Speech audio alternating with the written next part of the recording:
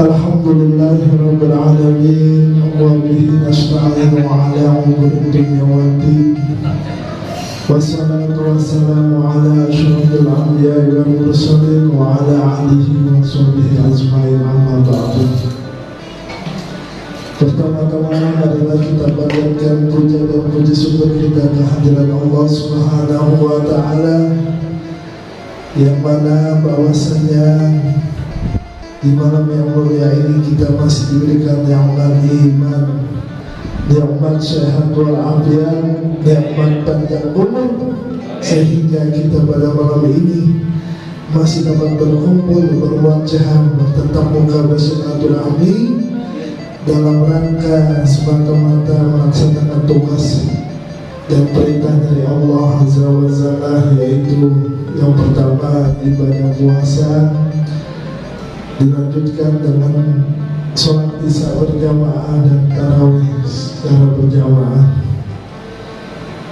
Salawat dan salam tak lupa kita haturkan keharibaan kita, junjungan kita, kanjeng kita, nabi kita, Sayyidina Muhammad beserta keluarganya, sahabatnya, pengikutnya yang tetap istiqomah di dalam mengikuti segala perintahnya dan menjauhi segala larangannya. Amin, amin ya rabbal alamin. Alhamdulillah, tak terasa pula pada malam ini kita memasuki sholat tarawih, yaitu pada malam ke-12, dan ibadah puasa kita telah kita laksanakan 11 hari, dan tak terasa pula kita telah melaksanakan di mana fase pertama kita telah laksanakan. Semoga dengan di fase yang pertama atau di gelombang yang pertama kita mendapatkan rahmatnya Allah Subhanahu wa ta'ala, dan di malam ini di fase yang kedua, yaitu malam ampunan, malam maghfirah. Semoga Allah ampuni segala dosa-dosa kita, Allah terima semua amal ibadah kita, dan Allah berikan kita kesehatan jasmani maupun rohani agar bisa terus beribadah kepada Allah Subhanahu wa ta'ala. Baiklah, untuk mempersingkat waktu pada malam ini, insya Allah kita akan diberikan tausiah atau ceramah agama kultum yang insya Allah akan disampaikan oleh imam kita, yaitu Al-Mukarram Bapak Ustaz Abdul Ghafur, yang mana beliau dari malam pertama hingga pada saat ini istiqomah dan terus menjadi imam di mushola Al-Hikmah yang kita cintai ini. Baiklah, kepada Al-Mukarram Al-Ustaz Abdul Ghafur, waktu dan tempat kami sekali. Sallallahu Muhammad.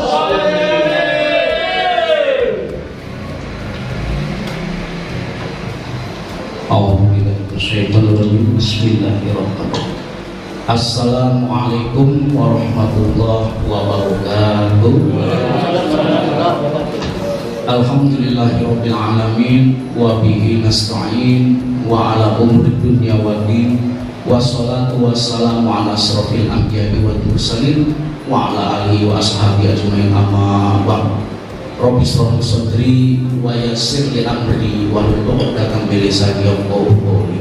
Qala Rasulullah ta'ala fil Qur'anil Karim, Ya ayyuhalladzina amanu kutiba alaikumusiyam kama kutiba alal ladzina min qablikum la'allakum tattaqun. Wa qala Allahu aidan fi kitabihil karim likulli ummatin ajal idza jaa ajaluhum fala yastakhiruna sa'atan wa la yastaqdimun. Wa qala Allah ta'ala aidan fi kitabihil mubin ya ayyuhalladzina amanu taqullaha haqqa tuqatih wa la tamutunna illa wa antum muslimun. Bapak-bapak, ibu jamaah, hadirin hadirat musola Al-Hikmah yang insyaallah kita yang hadir pada malam ini mendapatkan syafaat dari baginda Nabi besar kita Habibina wasafina wa maulana Muhammadun sallallahu alaihi wasallam. Dan tentu juga tak lupa rasa syukur, rasa terima kasih alhamdulillah kepada Allah Subhanahu wa taala yang sampai hari ini, sampai malam hari ini telah memberikan kita nikmat sehat, nikmat iman jasmani dan rohani yang kalau tidak tanpa nikmat-nikmat itu mungkin kita tidak bisa hadir dalam rangka menjalankan syariat baginda Nabi Muhammad SAW dan perintah Allah yang termaktub di dalam Al-Quran yang Al-Fakir tadi sampaikan. Bapak-bapak, ibu semata sekalian, ibu sekalian, semata-mata Al-Fakir hanya mampu memberikan ibroh. Jadi bukan berarti kami yang hadir di depan ini lebih paham, lebih berilmu, lebih mengerti, tidak, tapi semata-mata dalam rangka memberikan hikmah ibroh wal asri, saling nasihat menasihati di dalam kesabaran dan di dalam ketakwaan. Sebagaimana yang tadi saya buka firman Allah yang berbunyi ya ayyuhalladzina amanu, artinya apa? Wahai orang-orang yang beriman, bukan ya ayyuhan nas, bukan wahai manusia seluruhnya, tetapi orang-orang khusus, orang-orang yang beriman. Alhamdulillah, inayah dari Allah, hidayah dari Allah, kita insya Allah menjadi orang-orang dalam golongan yang khusus itu tadi, yang beriman. Iman artinya apa bapak-bapak ibu? Artinya kalau diterjemahkan secara sederhana, artinya adalah percaya, yakin. Bahwa yakin itu ada tingkatannya, mulai dari yakin taklid, akidul yakin, dan seterusnya, kemudian juga ada ainul yakin. Tetapi intinya kita harus meyakini dulu bahwa Allah bersama Rasulnya itu ada, Allah punya perintah, Rasul punya risalah. Sehingga dengan keyakinan itu kita menjalankan perintah-perintah Allah dan menjalankan syariat-syariat Rasul sehingga mencapailah pada titik ketakwaan. Sementara takwa itu apa? Kira-kira begitu artinya bapak-bapak. Takwa kalau kita terjemahkan, kita artikan secara bebas, takwa artinya takut. Takut kepada siapa? Kepada Allah Subhanahu wa taala. Tapi takut bukan berarti ngeri, bukan berarti Allah itu sangat, tidak. Takut itu dalam balutan rasa cinta. Kalau kita ibaratkan, kalau kita kiaskan, sebagaimana anak-anak takut kepada orang tuanya, takut kepada ibu dan bapaknya, tentu patuh terhadap perintah-perintah beliau. Karena apa? Kepatuhan itu bukan semata karena ketakutan, tetapi karena rasa cinta kita kepada ibu bapak kita. Misal kita disuruh bantuin dagang bapak kita, bangun jam malam, dorong bapak ke pasar, sebenarnya males gitu. Tapi karena kita takut orang tua kita nanti marah, orang tua kita nanti sakit, karena rasa cinta yang terdorong dari nurani kita, maka kita melakukan perintah-perintah beliau. Allah juga memerintahkan kita untuk patuh kepada kedua orang tua. Ridhollahi fi ridhol walidain wa sukhtullahi fi sukhtil walidain. Ridho Allah terletak pada ridho orang tua, sementara murkanya Allah juga terletak pada murka orang tua. Selanjutnya Bapak Ibu sekalian, bahwa perintah puasa ini sesungguhnya bukan hanya menjadi domain atau milik kaum muslimin saja, tetapi perintah ini sesungguhnya sudah ada sebelum umat Islam dan umat-umat terdahulu. Maka dikatakan min qablikum la'allakum, sebelum kalian, la'allakum tattaqun, agar kalian bertakwa. Nah, kalau kita ambil garis besar di dalam ayat Al-Baqarah 183 ini, ada dua hal yang tersirat. Pertama masalah keimanan, kedua masalah ketakwaan. Maka logikanya tidak akan mungkin seorang hamba, seorang muslim dan muslimat mencapai tingkat ketakwaan kalau belum melewati tingkat keimanan. Percaya dulu baru sampai takwa. Kalau nggak percaya, percuma mengerjakan ibadah-ibadah mahdhuf dan ghairu mahdhuf, percuma. Gitu. Contoh misalkan kita yakin, contoh ya, Bapak Ustadz Sono ini misal lewat suatu perjalanan, satu kampung yang belum pernah dilewati atau jarang dilewati, kemudian di situ banyak orang berkumpul. Bapak Sono ini naik motor gitu. Begitu sampai ke tengah-tengah jalan, disuruh pulang sama orang-orang yang berkumpul. Pak, jangan lewat sini Pak, ada kebakaran di sana Pak, ada tawuran. Tanpa Bapak Sono harus mencari dalilnya, harus mencari bukti empirisnya, bukti nyatanya ke sana. Kira-kira Bapak Sono langsung pulang nggak? Pasti itu takut ada tawuran, takut kena lempar botol dan sebagainya. Itulah kira-kira gambaran yakin bahwa kita percaya sama Allah tapi belum pernah lihat gitu. Kita percaya bahwa ada yang goib, karena percaya adalah bagian dari rukun iman. Percaya adanya Allah, percaya pada malaikat-malaikatnya, percaya kepada kitab-kitabnya, Taurat, Zabur, Injil, dan Al-Quran. Percaya pada rasul-rasulnya, paling nggak yang 25 itu yang sering kita dengar. Percaya pada apa lagi? Hari kiamat, adanya hari akhir. Kalau nggak ada percaya hari akhir, kita nggak usah sholat, kita nggak usah taraweh, capek-capek. Terakhir percaya dengan kadar baik dan buruk, koda dan kodar. Ini rukun iman. Dan Islam sendiri didirikan atas 5 yang wajib, 5 perkara. Bunyal Islam al-khamsin. Islam didirikan atas 5 perkara. Pertama, syahadatu alla ilaha illallah wa anna muhammadar rasulullah. Ya. Yang kedua, wa iqamis shalat, mendirikan salat, wa itaiz zakat, berzakat, dan 4, wal hajjil baiti, pergi haji bila mampu, wasyami Ramadan, dan puasa Ramadan. Itu kata Rasul. 5 perintah inilah yang menjadikan keyakinan kita untuk menjalankan syarat-syarat rukun kita. Nah, ketika ditanya Ustaz Dayat, apa sih iman? Huwa iman. Iman itu apa? Kalau Rasul bilang iman itu ada 3 hal setidaknya, ya.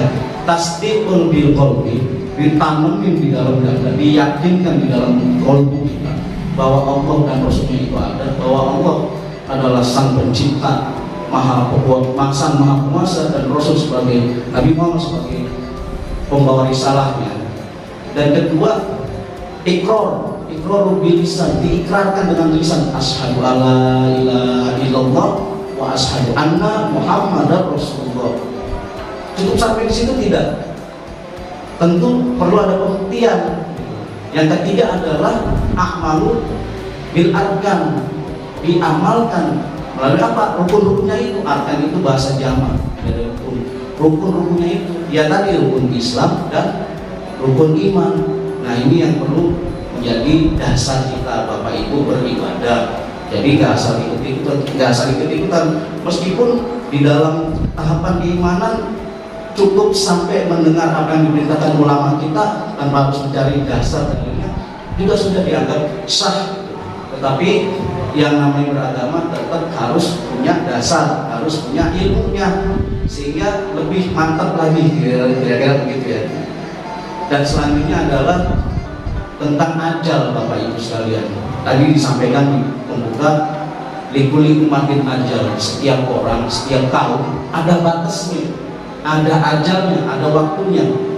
Idza jaa ajaluhum, kalau sudah datang batas itu, waktu itu, wala yastakhirun, tidak bisa diundur-undur.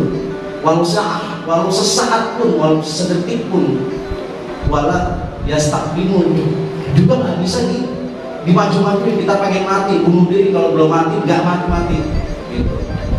Jadi mudah-mudahan ajal kita tuh pas tuh. Nanti nggak maksudnya pas lagi sembahyang, pas lagi taraweh, pas lagi zikir, pas lagi qiraat Al-Qur'an, lagi baca Quran, pas lagi berderma, pas lagi zakat, sehingga insya Allah menjadi mati yang husnul khotimah. Jadi Bapak Ibu, mudah-mudahan taraweh dan Ramadan kali ini punya ibroh, punya nilai yang besar terhadap kehidupan kita di masa-masa yang akan datang gitu. Sebab tidak sedikit ya, menurut peneliti dan para psikolog dan para peneliti agama, kenapa umat muslim di Indonesia terutama begitu meningkat iman dan takwa ketika Ramadan, begitu dermawan ketika Ramadan, tetapi setelah lewat Ramadan semua kayak hilang. Kemana nilai-nilai itu gitu?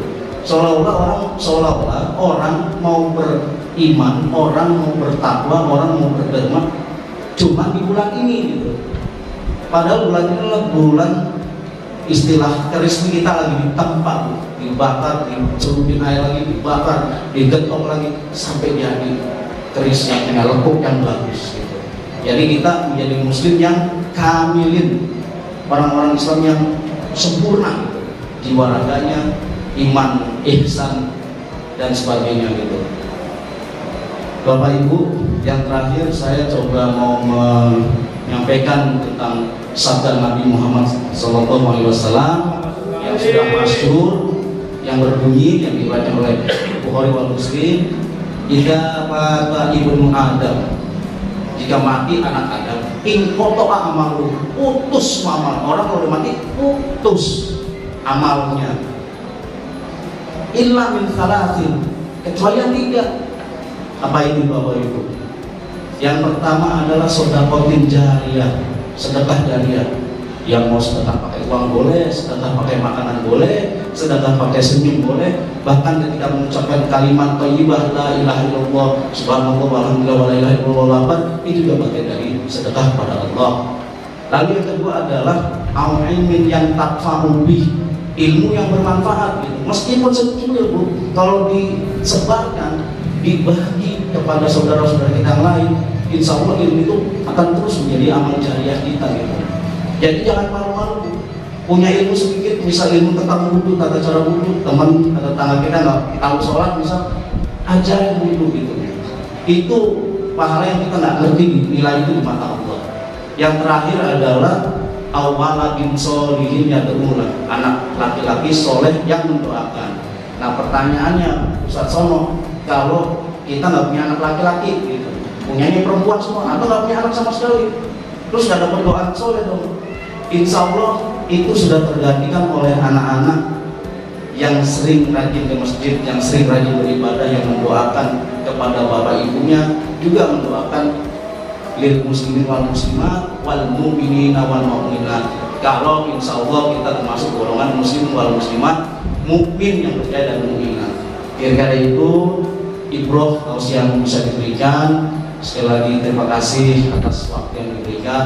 Semoga apa yang disampaikan menjadi ilmu yang bermanfaat, sedekah jariyah, dan semoga mulai malam ini seterusnya insya Allah kita ketemu lagi Ramadan selanjutnya, istiqomah di dalam jalannya Allah. Amin. Marilah sama-sama kita tutup dengan doa. Bismillahirrahmanirrahim. Allahumma ftah lana abwaabal khair wa abwaabal barakah wa abwaabal nikmah wa abwaabal rizqi wa abwaabal quwwah wa abwaabal sihah wa abwaabal salamah wa abwaabal afiyah wa abwaabal jannah.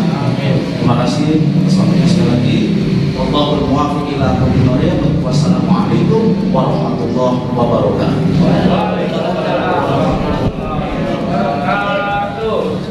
Demikianlah tadi ceramah agama yang telah disampaikan oleh Abu Muharram Ustaz Abdul Ghafur. Semoga apa yang disampaikan mendapatkan